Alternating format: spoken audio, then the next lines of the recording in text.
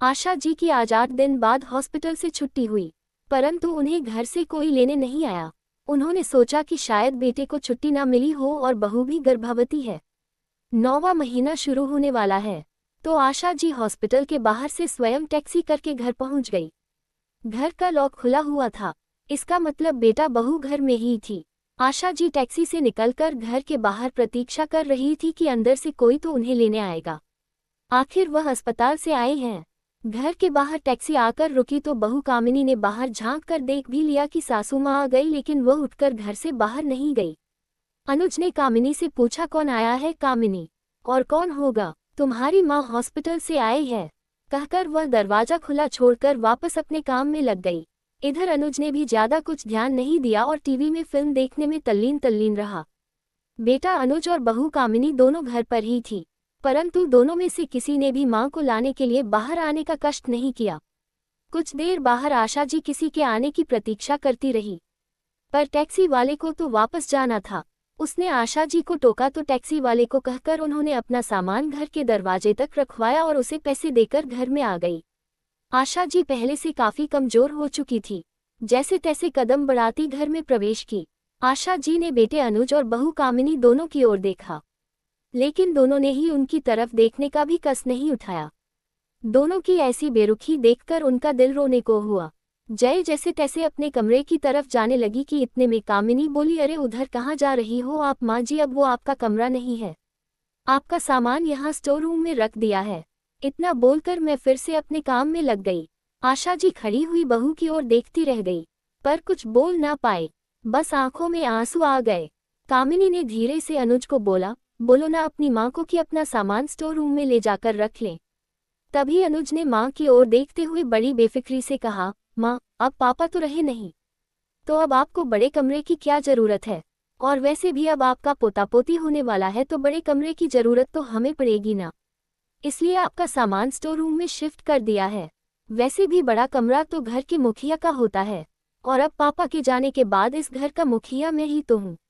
मुखिया आशा जी के मुंह से सिर्फ इतना सा ही निकला तो अनुज बोला, और नहीं तो क्या, अब मैं घर के खर्चे करूंगा तो मैं ही मुखिया हुआ और अब सबको मेरी बात माननी ही पड़ेगी। आशा जी की आंखों में अभी भी आंसू थे। उन्होंने स्टोर रूम के पास बनी छोटे कमरे की तरफ देखा तो अनुज बोला, वो क्या है ना माँ, कामिनी की डिलीवरी के लिए इसकी बहन आ रही है, उसे परेशानी ना हो तो इस कारण वो रूम उसके लिए रखा है। और गेस्ट रूम में तो आपको पता है मेहमान रहते हैं, अब वह कोई मेहमान थोड़ी ना है, वह तो घर की ही कल को बच्चा होगा। कोई प्रोग्राम करेंगे, कोई मेहमान आए तो उनके लिए वो रूम तो रखना पड़ेगा ना, इसीलिए गेस्ट रूम को हाथ भी नहीं लगाया। बेटे अनुज की बात सुनकर जैसे आशा जी को ऐसा महसूस हुआ कि उनके पैरों को किसी ने जंजीरों से बांध दिया हो। पहले स्टोर रूम की तरफ बढ़ ही नहीं रहे थे, जैसे तैसे एक कदम आगे बढ़ाया ही था कि अनुज बोला, अरे माँ अपना सामान भी लेती जाओ और हाँ दरवाजा बंद कर दो, और आपको कुछ खाना पीना हो तो रसोई से ले लेना। आशा जी जैसे तैसे वापस दरवाजे पर आए और अपने सामान को घसीटते हुए स्टोर रूम में ले आई। रूम में आकर देखा तो एक चारपाई बिछी हुई थी। उनकी शादी के समय की पुरानी गोदरेज अलमारी रखी हुई थी, और वो पुराना टेबल रखा हुआ था, जिसे आशा जी ने कई बार बेचने की कोशिश की, पर उनके पति दिनेश जी ने उसे बेचने नहीं दिया। कहते थे, अरे खराब थोड़ी ना हुआ है, क्या पता कब काम में आ जाए, पर यह नहीं पता था कि यह टेबल आशा जी के ही काम में आएगी। आंखों में आंसू लिए वो चारपाई पर बैठ गई। अभी 2 महीने पहले तक तो सब ठीक था, बेटे बहू पिता के डर से ही सही सेवा तो करते थे, घर में हंसी खुशी का माहौल रहता था। एक दिन दिनेश जी ने अपने पैतृक गांव जाने की जिद की, तो आशा जी ने मना कर दिया, रहने दो, बहू का 6ठा महीना है, ऐसे में उसे छोड़कर जाना अच्छी बात नहीं। पर दिनेश जी और कामिनी के समझाने पर वह उनके साथ गांव चली गई।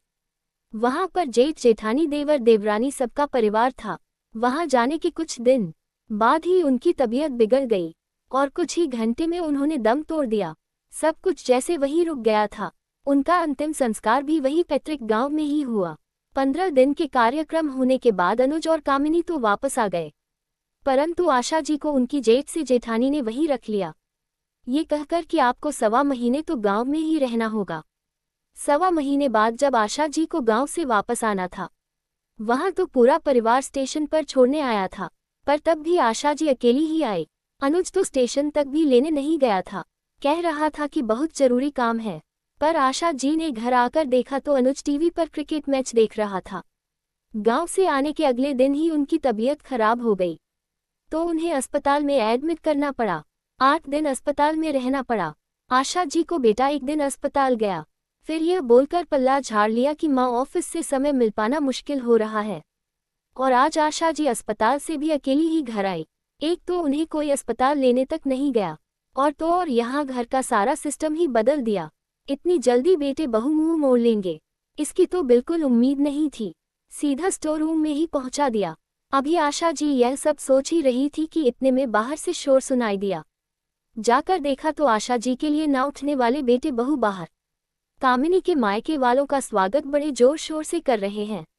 आशा जी को इतनी देर हो गई घर में आए हुए, किसी ने एक गिलास पानी तक नहीं पूछा। वही बहू के मायके वालों के लिए बेटा रसोई में जाकर खुद पानी को ट्रे में सजाकर ले आया। इतने लोगों के बीच अपने आप को अकेला महसूस करती हुई आशा जी वापस उस कमरे में आ गई। कुछ देर बाद बेटा माँ के कमरे में आया और आशा जी से बोला, माँ ऐसा है कि कामिनी के मायके वाले आए हुए हैं, तो आप अपने कमरे से बाहर मत आना, क्योंकि कामिनी को आपका वहाँ आना अच्छा नहीं लगेगा और मैं इस स्थिति में कामिनी को कोई टेंशन नहीं देना चाहता। माँ बेटे के मुंह की ओर देखती रह गई और बेटा ये कड़वी बात बोलकर तेजी से माँ के कमरे से बाहर निकल गया। आशा जीत पूरे 3 घंटे तक उसी कमरे में बैठी रही। उनके लिए ना तो कोई चाय और ना ही कुछ नाश्ता, कुछ भी खाने के लिए नहीं आया।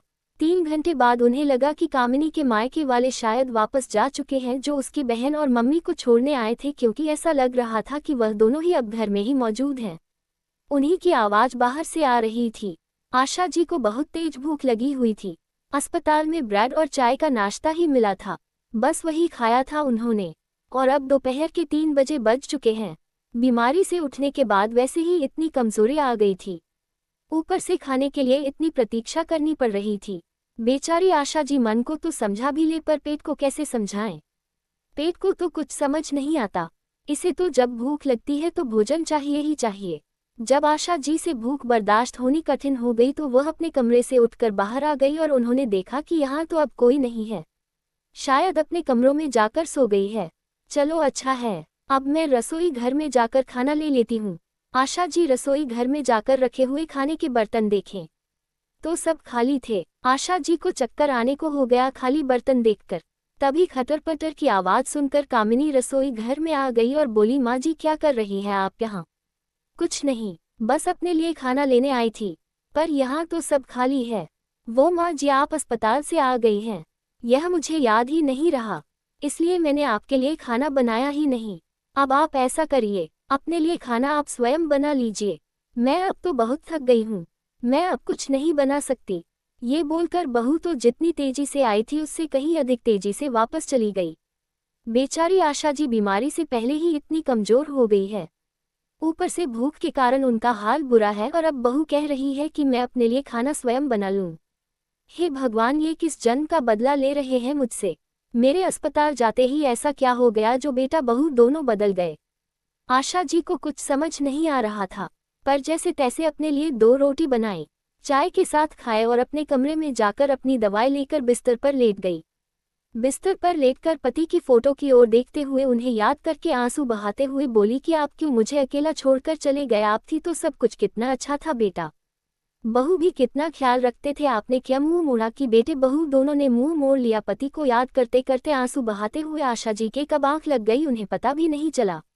आशा जी की आंख तब खुली जब बेटे ने उन्हें आवाज लगाई, माँ सो रही हो क्या? आशा जी उठकर बिस्तर पर बैठ गई।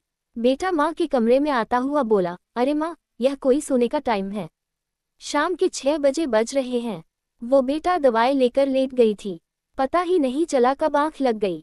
हाँ हाँ ठीक है माँ, पर ध्यान रखा करो इस बात का कि कब सोने का टाइम होता है और कब नहीं। शाम के समय सोने से घर में मनहूसियत फैलती है। इतना बोलकर बेटा कमरे से बाहर चला गया। माँ अपने बेटे की ऐसी बातें सुनकर हतब थी और सोच रही थी कि क्या यह मेरा वही बेटा है जिसे मैंने जन्म दिया है, जिसे अपने हाथों से पाल पस कर बड़ा किया, पढ़ाया लिखाया, कामयाब इंसान बनाया, इसकी मनपसंद लड़की से इसका विवाह करवाया, और आज मेरा वही बेटा मुझे संस्कार का पाठ पढ़ा रहा है। अभी आशा जी यह सब सोच ही रही थी कि तभी बेटे की फिर गुस्से भरी आवाज आई, माँ वहीं बैठी रहोगी या बाहर भी आओगे?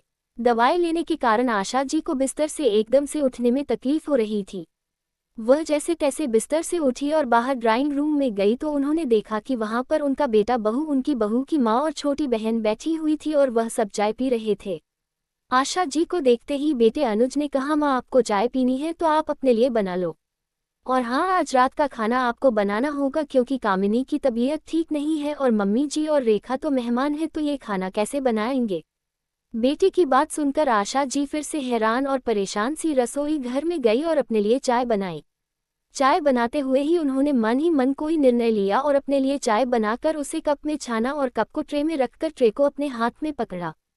कमजोरी के कारण उनका एक बार हाथ कांपा, मगर फिर उन्होंने मन ही मन कोई संकल्प लिया और एक दृढ़ विश्वास के साथ ड्राइंग रूम में आकर सोफे पर बैठने ही वाली थी कि तभी बेटा अनुज बोला, अरे माँ यहाँ कहाँ बैठ रही हो, अपने कमरे में जाओ, वहीं जाकर अपनी चाय पियो। आपको दिखाई देते नहीं देता या हम सब बैठकर बातें कर रहे हैं। अब तो आशा जी के सब्र का बांध टूट चुका था। मैं अपनी चाय का कप टेबल पर रखते हुए बहुत ही तेज चिल्लाई, बस बहुत हुआ, और तुमने मुझे समझ क्या रखा है। जब से मैं हॉस्पिटल से आई हूँ तब से देख रही हूँ तुम दोनों के नाटक, और फिर भी चुप हूँ। पर अब और नहीं, मेरा कमरा शिफ्ट कर दिया। मैं चुप रही, तेरे ससुराल वाले आए, मुझे मेरे कमरे से बाहर में आने को कहा, जैसे मैं अछूत हूँ, और तेरे ससुराल वाले बहुत ऊंची जाति के हूँ। फिर भी मैं चुप रही। सभी के लिए घर में बढ़िया बढ़िया पकवान बने और मेरे लिए एक रूखी रोटी तक नहीं रखी। मैं फिर भी चुप रही और मैंने बीमारी के कारण कमजोर होने पर भी अपनी रोटी स्वयं बनाई। मेरे दवाएं लेकर सोने से मनहूसियत फैलती है, और जब तेरी बीवी रविवार को सुबह 10 बजे तक सोकर उठती है और दोपहर को सोकर रात 8 बजे तक जागती है, तब मनहूसियत नहीं फैलती। सबके लिए चाय बन जाती है और मेरे बेटे के द्वारा मुझे बोल दिया जाता है, माँ अपनी चाय अब स्वयं बना लो, और जिस बीमार माँ के लिए खाना और चाय बनाने में तुम लोगों को इतना जोर पड़ रहा है, उसी बीमार माँ से कहते हो कि रात का खाना आप बना लेना। मेरी पत्नी की तबीयत खराब है और मेरी सास और साली मेहमान है, और अंतिम बात कि मैं अपने ही घर में अपने ही सोफे पर नहीं बैठ सकती हूँ। आखिर क्यों, किस हक से तुम मुझे मना कर रहे हो?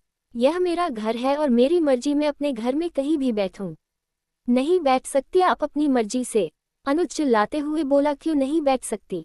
क्योंकि मैं कह रहा हूँ और मैं इस घर का मुखिया हूँ और मेरी बात आपको माननी ही होगी। मुखिया? कौन से मुखिया? आशा जी ने व्यंग्यात्मक हंसी हंसते हुए कहा। तभी बहू बोली, माँ जी पहले पापा जी मुखिया थे, पापा जी की मृत्यु के बाद मुखिया की पगड़ी इन्हें पहनाई गई तो यही मुखिया हुए, और नहीं तो क्या, और मेरी बात आपको माननी ही होगी। बेटे ने रोक दिखाते हुए कहा, हाँ माँ जी, अब आप हमारी कमाई खा रहे हैं तो आपको हमारी हर बात माननी ही होगी, वरना तो अपना कहीं और इंतजाम कर लीजिए। हमने ठेका नहीं ले रखा हो आपको पालने का। तभी कामिनी की बहन बोली, दीदी आप मौसी जी से कैसी बात कर रहे हैं, ये घर इनका भी तो है। तू चुप कर, बड़ों के बीच में छोटे नहीं बोलते। कामिनी की माँ कुछ नहीं बोली, वह बैठी तमाशा देख रही थी। तभी आशा जी ने कहा, ऐसा है बहू, मैं अपना कहीं और रहने का इंतजाम नहीं करूंगी, बल्कि तुम दोनों को अपने रहने के लिए इंतजाम करना होगा। और हाँ, तुमने मुझे कब पाला? अब से 1.5 महीना पहले मुझे मेरे पति पाल रहे थे, उसके बाद 1.25 महीने मैं गांव में रही। गांव से आते ही मैं अस्पताल चली गई, और जहां तक मुझे याद है अस्पताल के बिल पेमेंट मेरे सेविंग्स अकाउंट से हुए। तभी कामिनी बोली, माँ जी हम क्यों कहीं करें रहने का इंतजाम, ये घर हमारा है और हम तो यहीं रहेंगे। ये घर तुम्हारा तब तक था जब तक मैं तुम दोनों की माँ थी, यहाँ मेरा सम्मान था, पर अब नहीं, ये घर केवल मेरा है क्योंकि यह घर मेरे नाम है, और यदि तुम यहाँ से नहीं गए तो मैं पुलिस को कंप्लेंट करूंगी। पुलिस का नाम सुनते ही सब घबरा गए। तभी कामिनी की माँ हड़बड़ाते हुए बोली, अरे बहन जी शांत रहिए, बच्चे हैं, गलती हो जाती है, पर आप तो बड़े हैं, समझदारी से काम लीजिए। अपने ही बच्चों के लिए पुलिस कौन बुलाता है? इस महंगाई के जमाने में अपना घर होते हुए कहाँ किराए के मकान में रहने जाएंगे? और फिर कामिनी भी तो गर्भवती है। अच्छा बहन जी, जब अपनी बेटी पर बात आई तो बड़ी जल्दी आपको चिंता सताने लगी। जब आपकी बेटी और आपका दामाद मुझे घर छोड़कर जाने को बोल रहे थे, तब आप कहाँ थी? कौन सा सांप सूंघ गया था आपको? आशा जी के सवाल पर कामिनी की माँ आगे कुछ नहीं बोल सकी। सब ने आशा जी के हाथ जोड़े, पैर पकड़े, बेटे बहू ने माफी मांगी, पर आशा जी अपनी जिद पर अड़ गई। उन्होंने स्पष्ट बोल दिया कि इस घर में रहना है तो मेरी शर्तों पर रहना होगा और हर महीने यहाँ रहने का किराया देना होगा। मैं अपने बड़े कमरे में रहूंगी, तुम केवल अपने बेडरूम, किचन और स्टोर रूम तक ही सीमित रहोगे।